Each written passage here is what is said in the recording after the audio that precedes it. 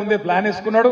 అందులో ఇబ్రాహీంపట్నంలో మీ అందరి దీవెన ఉంటే బంపర్ మెజారిటీతో మోహన్గిరి పార్లమెంట్ కూడా తప్పకుండా గెలుస్తాడనే విశ్వాసం కూడా నాకున్నది. ఇంతకుముందు నేను లోపలికి వస్తుంటే అక్కడ ఒక తమ్ముడు పట్టుకున్నాడు. ఆయన ఎక్కడ ఉన్నాడు, నిలబడాలి. సుర్వి బాలరాజ్ గౌడ్ అని మన గ్రామ శాఖ అధ్యక్షుడు అని చెప్పిండు. ఆ తమ్ముడు ఎక్కడ నిలబడతాడు.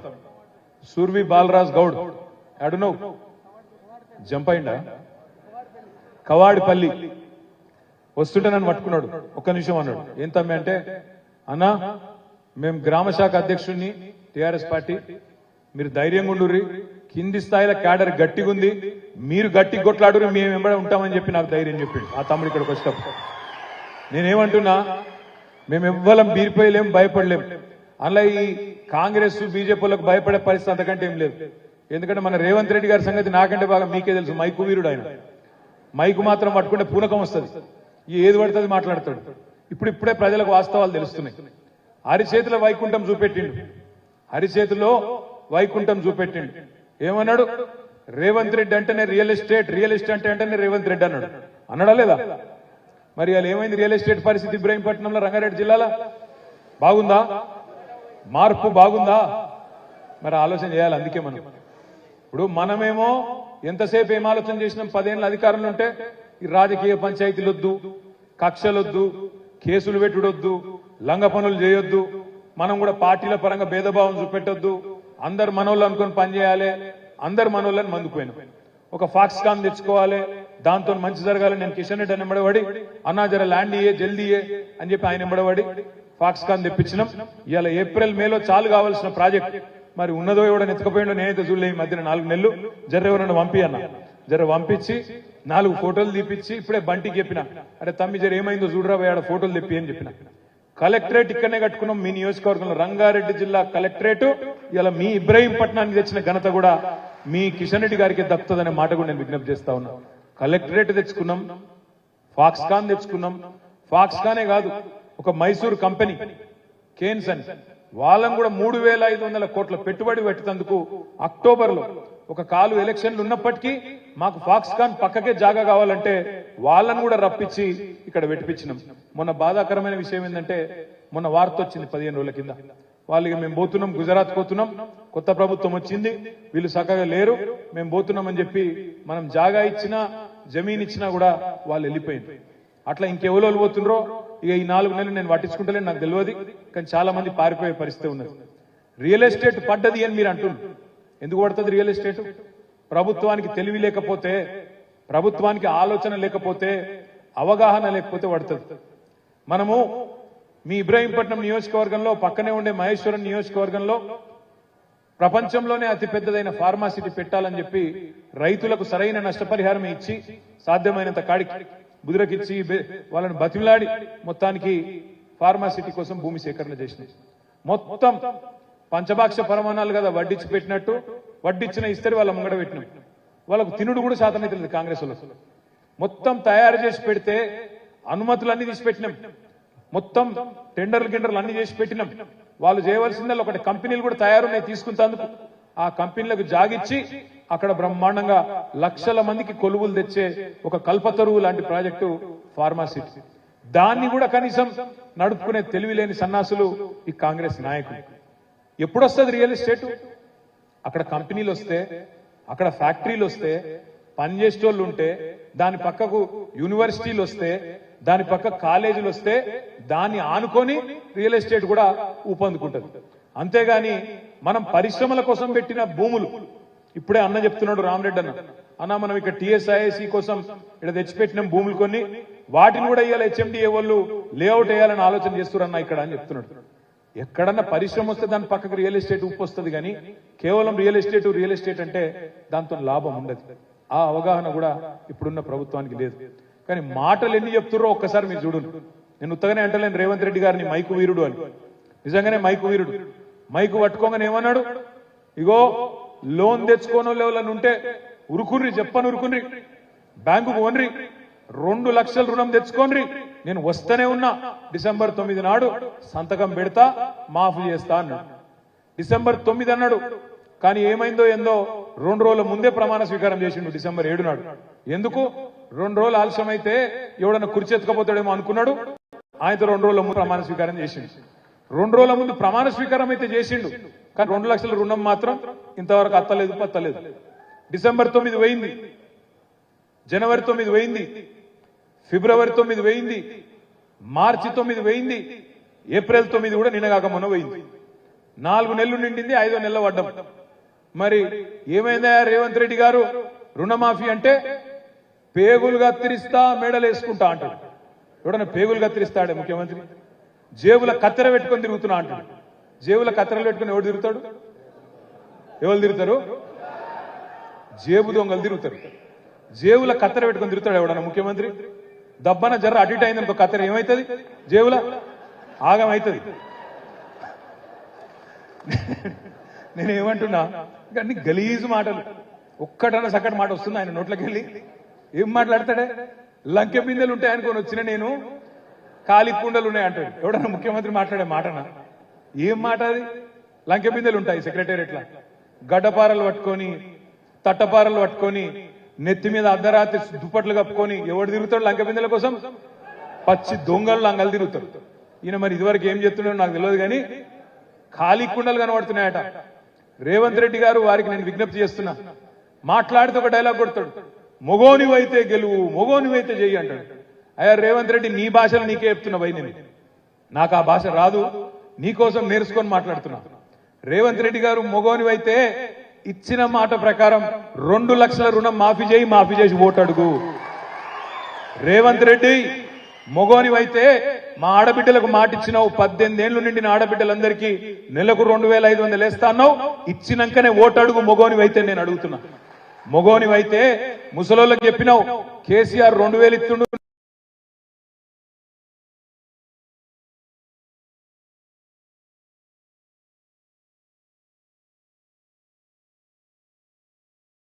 నేను 4000 ఇస్తా చెప్పినావు. మొగోనివైతే 4000 ముసలయ్యకి ఇస్తా, ఇద్దరికి ఇస్తా అని నరికినావు కదా, మైకి పట్టుకొని ఇప్పుడు ఇద్దరికి ఇచ్చి ఓటడుగు. రేవంత్ రెడ్డి గారు ఒక మాట అంటున్నా, పంటలు కొత్తకొచ్చినాయి, వరి ధాన్యం కొత్తకొచ్చింది, మొగోనివైతే 500 బోనస్ క్వింటాల్ చెప్పి రైతులను ఓటడిగిన మాట నేను ఉన్నాను. మాటలు చెప్పుడేముంది, మస్తుగా చెప్పొచ్చు. 10 ఏళ్లలో మనం కూడా మాటలే చెప్తే ఇవాళ తెలంగాణ ఇంత ముందుకు రాకపోతుండే. చూడండి, ఇవాళ కాంగ్రెస్ రాగానే ఏమేం కనబడుతున్నది ప్రజలకు? కరెంటు కోతలు చాలైనాయా? అయినాయా కాలేదా? కరెంటు కోతలు చాలైనాయి. మంచిళ్ళ తిప్పలు చాలైందా? మళ్ళా అయింది మంచిలు. కనీసం మనం కట్టిన మిషన్ భగీరథ కూడా చక్కగా మెయింటైన్ చేయలేదు వీళ్ళకు. గంత దుర్మార్గం. ప్రజలు ఇప్పటికే బాధపడుతున్నారు ఊళ్ళల్లా. అరే ఎంత పని చేస్తుండ్రా నాయన, తినే పల్లెంలా తినే అన్నంలా మన్ను పోసుకున్నట్టు అయింది వీళ్ళని గెలిపించి అని బాధలో ఉన్నారు. కానీ ఆ బాధలో ఉన్న ప్రజల దగ్గరికి మనం పోయి మన గొంతు పార్లమెంట్ లో వినబడితేనే, ఇప్పుడు ఒకటి చాలు చేసిండు ఈ 100 రోజులలో. ఒకటి ఫ్రీ బస్ అని చాలు చేసిండు. ఇక ఆ ఫ్రీ బస్సు, నేను మొన్న మా సిరిసిల్ల బస్ స్టాండ్ కాడికి పోయినా, జ్యూస్ తాగుదామని పోయినా. ఆ జ్యూస్ సెంటర్ లో జ్యూస్ తాగుతానికి పోతే బయట 2 లేడీస్ ఉన్నారు. ఏందమ్మా బస్సు కోసం చూస్తున్నా అన్న. అవన్న బస్సు కోసం చూస్తున్నాం అంటే, ఏ ఊరు అంటే మాది గంభీరావుపేట దగ్గర నర్మాల అనే ఊరు, ఆడికి పోయేది ఉన్నది అన్న. మరి ఫ్రీ బస్సేనా అన్న? ఫ్రీ బస్సే అన్నారు. మంచిగానే ఉందా అన్న? ఏం మంచిగా అలవడ్డదన్న, ఇవ నాకు ఇంత బిడ్డ ఉన్నది, అందులో ఎక్కితే సీట్ దొరకది, కూసో రాదు, అటు నూకుడు ఇటు నూకుడు, ఏం పెట్టిండో ఏందో ఏం అలవెట్టిండో అర్థమైతలేదు. అటు వాళ్ళు మొగోళ్ళు తిడుతుండ్రు, ఇటు మాకు సీట్లు దొరకలేవు, ఏం చేయాలి నేను అని ఆ మహిళ తిడతా ఉన్నారు. ఫ్రీ బస్సు అని ఈ 100 రోజులు చేసిందల్లా గదొక్కటే ఫ్రీ బస్ అన్నాడు చేసింది. కానీ నేను మీ అందరికి చెప్తా ఉన్నా, గుర్తుపెట్టుకోండి దయచేసి, పార్లమెంట్ ఎన్నికల తర్వాత తప్పకుండా ఫ్రీ బస్సు కూడా మంగళం వాడతాడు. అందులో కూడా ఇప్పటికే ఆర్టీసీకి 1400 కోట్ల నష్టం వచ్చింది.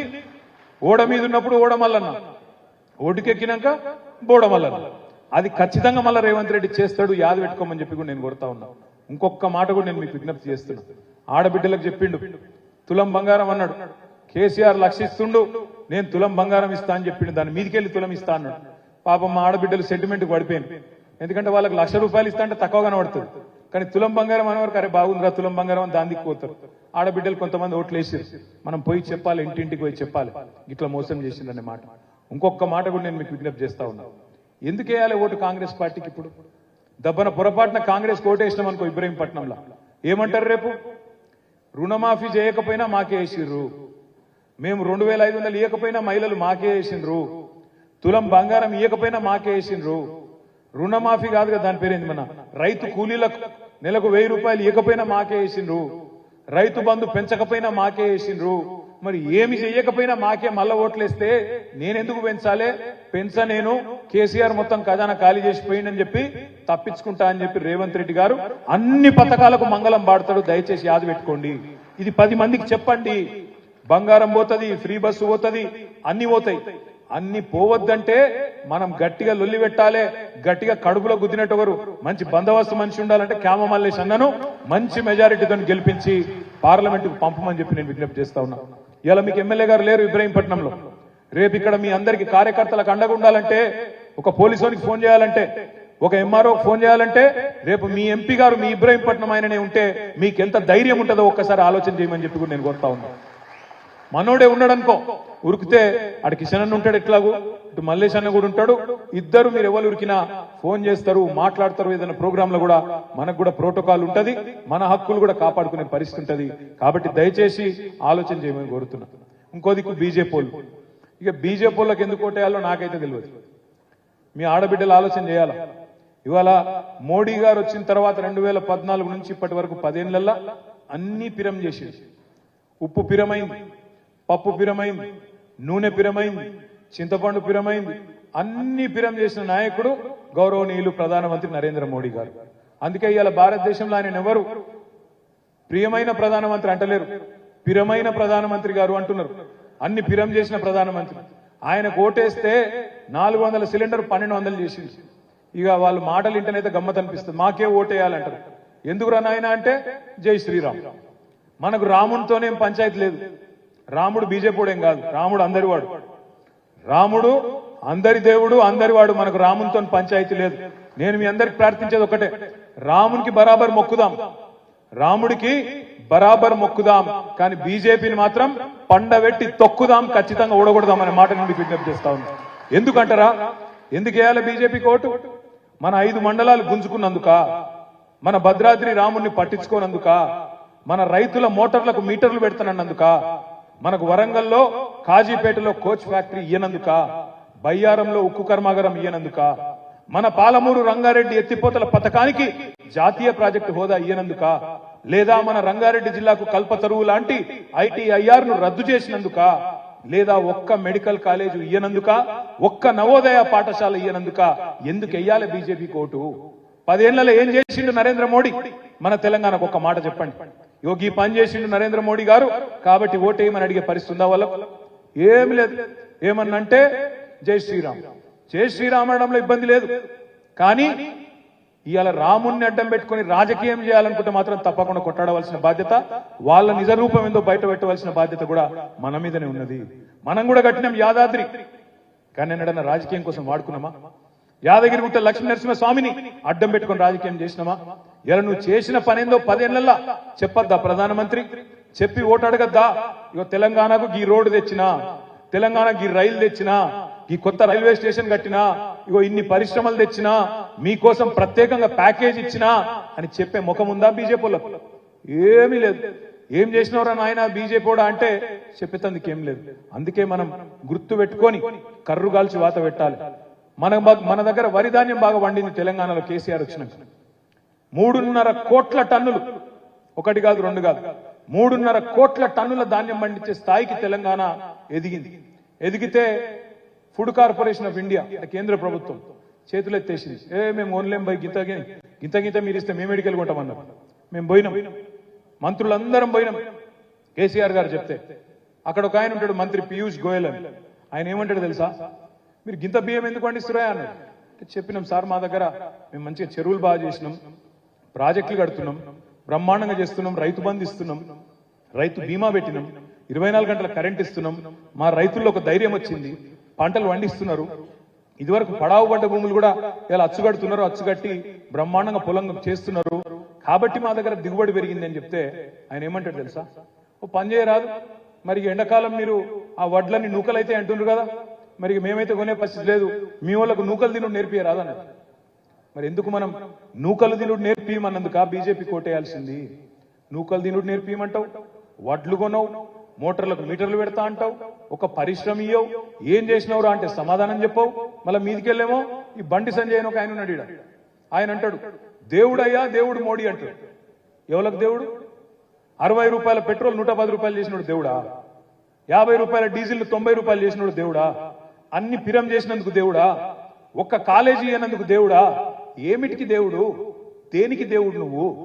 ఇది మాట అడిగితే అగో ఇట్లాంటావు అట్లాంటావు, దేశం భద్రంగా ఉంటది. దేశం భద్రంగా ఎవరున్నా ఉంటది, దేశానికి ఏమి ఇబ్బంది లేదు. ఇంతకుముందు వంగేటి లక్ష్మారెడ్డి అని చెప్పింది కరెక్ట్. ఇవాళ ఎవరు ఎన్ని నరికినా కేంద్రంలో ఎవరికి కూడా స్పష్టంగా మెజారిటీ వచ్చే పరిస్థితి లేదు. ఇటు కాంగ్రెస్ కూటమికి కానీ అటు బీజేపీ కూటమికి కానీ మెజారిటీ వచ్చే పరిస్థితి లేదు. అందుకే మీరు మీ ఆశీర్వాదంతో గట్టిగా ఒక 10-12 సీట్లు మనకి ఇస్తే ఢిల్లీలో మనమే చక్రం తిప్పే పరిస్థితి రావచ్చు, ఏదైనా జరగవచ్చు ఈ దేశంలో. కాబట్టి మనోళ్ళు గెలవాలి, గట్టిగా మన గొంతిన పడాలంటే ఆలోచన చేయాలి. ఇక్కడ ముఖ్యమంత్రి ఏమో గుంపు మేస్త్రి, ప్రధానమంత్రి ఏమో తాపి మేస్త్రి. ఇద్దరు ఏం చేస్తాను? ఇద్దరు కలిసి తెలంగాణకు సమాధి కడదామన్న చక్కర్లు ఉన్నారు. ఎందుకు? ఉన్నోళ్ళ బొండిగా విసిగితే ఈ గులాబీ జెండా అనేది మాయమైతే అప్పుడు మనం కొట్లాడుకోవచ్చు, వీళ్ళని ఖతం చేయాలి అని మాట్లాడుకుంటున్నారు కాంగ్రెస్ వాళ్ళు, బీజేపీ వాళ్ళు. మరి వాళ్ళకు బుద్ధి చెప్పాలంటే ఇక మనం కూడా బయలుదేరాలి. ఇది మన ఎలక్షన్ అనుకొని బయలుదేరాలి. ఇబ్రాహీంపట్నంలో ఇక్కడ కూర్చున్న ప్రతి ఒక్కరు నేనే ఎంపీ అభ్యర్థిని, నేనే ఒక కేసీఆర్ అనుకొని మీరు బయలుదేరితే తప్పకుండా ఇంతకుముందు మనం అనుకున్నట్టు 50,000 ఓట్ల మెజారిటీ మన క్యామ మల్లేష్ అన్నకు రావాలని మనస్ఫూర్తిగా కోరుకుంటూ మళ్ళీ రాబోయే రోజుల్లో కూడా కలుసుకుందాం, మాట్లాడుకుందాం. తప్పకుండా మీరు అనుకున్న స్థాయికి రేపు మల్లేష్ అన్న మీకు అందుబాటులో ఉండి, కిషన్ రెడ్డి అన్న మల్లేష్ అన్న ఇద్దరు కూడా ఇబ్రాహీంపట్నంలో పార్టీని రేపటి స్థానిక సంస్థల ఎన్నికల్లో కూడా ముందుకు నడిపిస్తారని చెప్పి తెలియజేస్తూ జై తెలంగాణ.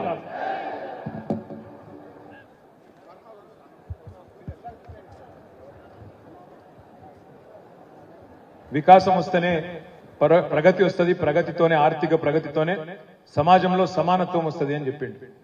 పూలే గారి గురించి ఎవరెవరో ఏమేమో చెప్తుంటారు, కానీ ఆచరణలో మహాత్మా జ్యోతిబా పూలే చెప్పిన మాటలను, అదేవిధంగా భారతరత్న డాక్టర్ బిఆర్ అంబేద్కర్ చెప్పిన మాటలను ఆచరణలో చేసి చూపెట్టిన నాయకుడి భారతదేశంలో గర్వంగా చెప్పుకోవచ్చు మన నాయకుడు కేసీఆర్ మాత్రమే అని ఘంటాపదంగా చెప్పవచ్చు. 1008 గురుకుల పాఠశాలలు, ఒకటి కాదు రెండు కాదు, 1008 గురుకుల పాఠశాలలు పెట్టి ఒక్కొక్క విద్యార్థి మీద ఒక్కొక్క విద్యార్థిని మీద 6.5 లక్షల మంది విద్యార్థులకు ఒక్కొక్క పిల్లోడి మీద 1,20,000 రూపాయలు ఖర్చు పెట్టి సంవత్సరానికి, అంటే నెలకు 10,000 రూపాయల చొప్పున ఖర్చు పెట్టి వాళ్ళ బట్టలు, పుస్తకాలు, బూట్లు, భోజనము, దుప్పట్లు సర్వం ప్రభుత్వమే చూసి వాళ్ళని అలా ప్రపంచంతో పోటీపడే పౌరులుగా తయారు చేయాలి. వచ్చే తరమన్నా ఆ విద్యతోని వికాసం అందుకోవాలని ఆలోచించిన నాయకుడు కేసీఆర్ గారు. కేవలం విద్య మాత్రమే కాదు, బలహీన వర్గాలలో, బీసీలలో మరి బ్రహ్మాండంగా ఒకవైపు విద్యతోని ఉపాధి అవకాశాలు పొందాలి, వ్యాపారాలు పెట్టుకోవాలి. దాంతో పాటు టాటాలు ఎంత ముఖ్యమో తాతల నాటి కుల వృత్తులు కూడా అంతే ముఖ్యమని చెప్పి ఆలోచన చేసి చెట్ల పన్ను మాఫీ చేసినా, నీరా పాలసీ తెచ్చినా, వైన్ షాపుల్లో మా గౌడ సోదరుల కోసం 15% రిజర్వేషన్లు తెచ్చినా అది చేసింది కేసీఆర్ అనే మాట నేను మీకు యాద్ చేస్తా ఉన్నా. అదేవిధంగా మన గొల్లా కురుమా సోదరుల కోసం 11,000 కోట్ల రూపాయలతో గొర్రెల పెంపకం లాంటి కార్యక్రమాలు తీసుకొచ్చి ఇవాళ జీవ సంపద అత్యధికంగా భారతదేశంలో ఎక్కడన్నా ఉత్పత్తి అయిందంటే అది చేసింది కూడా మన నాయకుడు కేసీఆర్ గారు అనే మాట నేను మీకు యాద్ చేస్తా ఉన్నా. అదే మాదిరిగా ఇవాళ మత్స్యకారులైన గంగపుత్రులు, ముదిరాజ్ సోదరులు వాళ్ళ కోసం కూడా 30,000 కోట్ల రూపాయల మత్స్య సంపద సృష్టించినా అది చేసింది కేసీఆర్. నేతన్నల కోసం చేనేత మిత్ర, నేతన్నకు చేయూత లాంటి మంచి కార్యక్రమాలు, బతుకమ్మ చీరలు, రంజాను, అదేవిధంగా క్రిస్మస్ తోఫాలు, వాటి కోసం తెచ్చిన కార్యక్రమాలు, తద్వారా ఆడబిడ్డలకు చిరు కానుక, నేతన్నలకు ఉపాధి, ఈ రెండింటిని కూడా దృష్టిలో పెట్టుకుని మంచి కార్యక్రమాలు చేసి చేతి వృత్తులకు, కుల వృత్తులకు అండగా నిలబడ్డది కేసీఆర్. అది మాత్రమే కాదు, మొన్న జరిగిన శాసనసభ ఎన్నికల్లో డిసెంబర్లో 2023 ఎలక్షన్లు జరిగితే కాంగ్రెస్ కంటే బీజేపీ కంటే ఎక్కువ సీట్లు బీసీలకు ఇచ్చిన ఒకే ఒక్క పార్టీ బీఆర్ఎస్ పార్టీ అనే మాట నేను మీకు యాద్ చేస్తా ఉన్నా. ఈ రోజు మళ్ళీ పార్లమెంట్ ఎన్నికల్లో మన చిత్తశుద్ధి చూడండి. పార్లమెంట్ ఎన్నికల్లో కూడా మొత్తం 17 సీట్లు తెలంగాణలో, 17 సీట్లుంటే 5 సీట్లు ఎస్సీ ఎస్టీ రిజర్వ్డ్ సీట్లు, మిగిలినవి 12 జనరల్ సీట్లు 12. ఆ 12 సీట్లలో 6 సీట్లు బీసీలకు ఇచ్చిన ఒకే ఒక్క పార్టీ 50% ఇలా బలహీన వర్గాలకు అవకాశం ఇచ్చిన ఒకే ఒక్క నాయకుడు